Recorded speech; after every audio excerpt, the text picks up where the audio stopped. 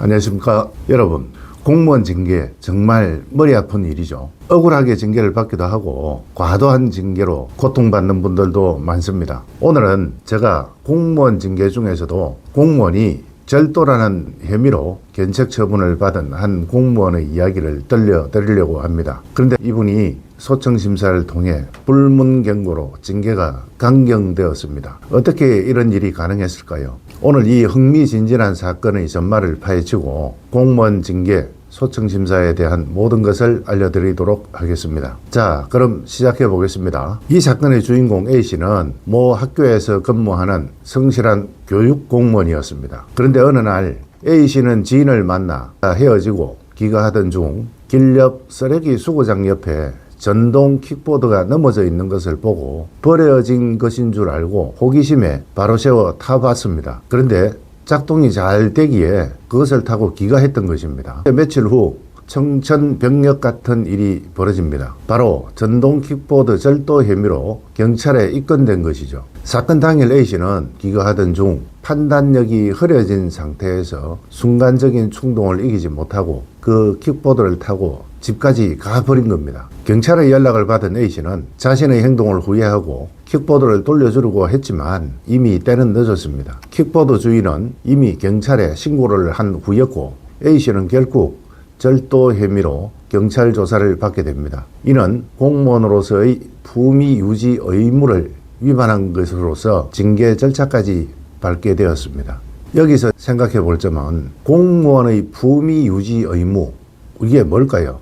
국가공무원법 제63조에서는 공무원은 직무의 내외를 불문하고 그 품위가 손상되는 행위를 하여서는 아니 된다 라고 명시되어 있습니다. 즉 공무원은 근무시간뿐만 아니라 사적인 시간에도 공무원이라는 신분에 걸맞게 행동해야 한다는 뜻이죠. 범죄 행위는 물론이고 사회적으로 무리를 일으킬 수 있는 행동은 모두 품위 유지 의무 위반 행위에 해당될 수 있습니다. A씨의 소속기관에서는 징계위원회를 열어 이 사건 심의했습니다. 징계위원회는 A씨의 절도 행위가 공무원으로서의 품위를 심각하게 훼손했다고 판단하고 견책 처분을 내리기로 의결했습니다. 견책은 징계 중 가장 가벼운 처분이긴 하지만 징계 기록이 3년간 남아있기 때문에 성진이나 인사고과 등의 불이익을 받을 수 있습니다. A씨는 자신의 경솔한 행동을 깊이 반성하고 후회했지만 견책 처분은 너무나 가혹하게 느껴졌습니다.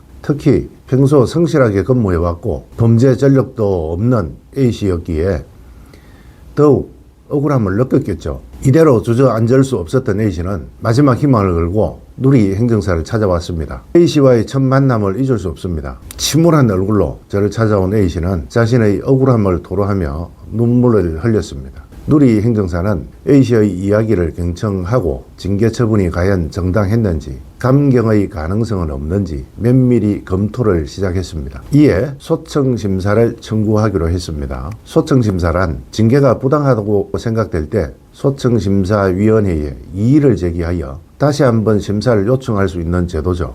A씨는 지푸라기라도 잡는 심정으로 저에게 사건을 의뢰했습니다. 이제부터 본격적인 싸움이 시작되었습니다. 누리 행정사는 A씨의 사건 기록을 꼼꼼히 검토하고 관련 법령과 판례 등을 분석하여 소청심사 청구서를 작성했습니다. A씨가 적극적으로 협조해 주었기 때문에 더욱 완벽한 청구서를 작성할 수 있었습니다. 특히 A씨가 깊이 반성하고 있는 점, 피해자와 원만히 합의한 점, 평소 성실하게 근무해온 점, 그리고 무엇보다 견책 처분이 A씨의 잘못에 비해 과도하다는 점을 강조하여 징계 감경의 필요성을 강력하게 주장했습니다. 마침내 소청심사위원회에서는 저희들의 주장을 받아들여서 A씨의 견책 처분을 불문경고로 감경하는 결정을 내렸습니다. 불문경고는 징계 기록에 남지 않기 때문에 A씨는 앞으로 불이익 없이 공직 생활을 이어나갈 수 있게 된 것입니다. A씨는 저에게 연신 감사하다는 인사를 전했고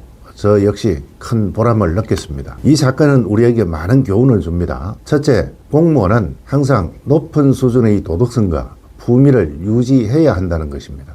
아무리 사소한 잘못이라도 공무원이라는 신분 때문에 더욱 엄격한 잣대가 적용될 수 있다는 점을 명심해야 합니다. 둘째, 억울한 징계를 받았을 때 포기하지 말고 소청심사와 같은 제도를 적극적으로 활용해야 한다는 것입니다. 셋째, 가장 중요한 것은 포기하지 않고 소청심사 전문가와 상담하는 것이 징계 감경의 핵심 열쇠라는 것입니다. A씨가 만약 혼자 고민하고 좌절했다면 결코 이런 결과를 얻을 수 없었을 것입니다. 전문가의 정확한 진단과 조력이 있었기에 감경이라는 희망을 현실로 만들 수 있었습니다. 공무원 징계 혼자 고민만 하지 마십시오. 그리고 포기하지 마십시오. 누리행정사는 여러분의 든든한 파트너가 되어서 함께 어려움을 헤쳐나가겠습니다. 혹시라도 징계 문제로 어려움을 겪고 계시다면 주저하지 말고 누리행정사에게 연락 주시기 바랍니다. 여러분이 포기하지 않고 문을 두드린다면 누리행정사는 그 어떤 어려움도 함께 극복하고 징계에 대한 강경이라는 희망을 현실로 만들어 드리기 위해 최선을 다할 것입니다. 궁금한 점은 댓글로 남겨주시면 답변해 드리겠습니다. 어떤 질문이든 좋습니다. 공무원 징계에 대한 모든 것 누리행정사와 함께 하십시오. 징계 처분에 대하여 혼자 고민하지 마시고 전문 행정사와 적극적인 소통과 협력이 더 나은 결과를 만드는 원동력이 됩니다. 오늘 제가 준비한 영상은 여기까지입니다. 구독, 좋아요, 알림 설정 잊지 마시고요. 저는 더 유익한 정보로 돌아오도록 하겠습니다. 감사합니다.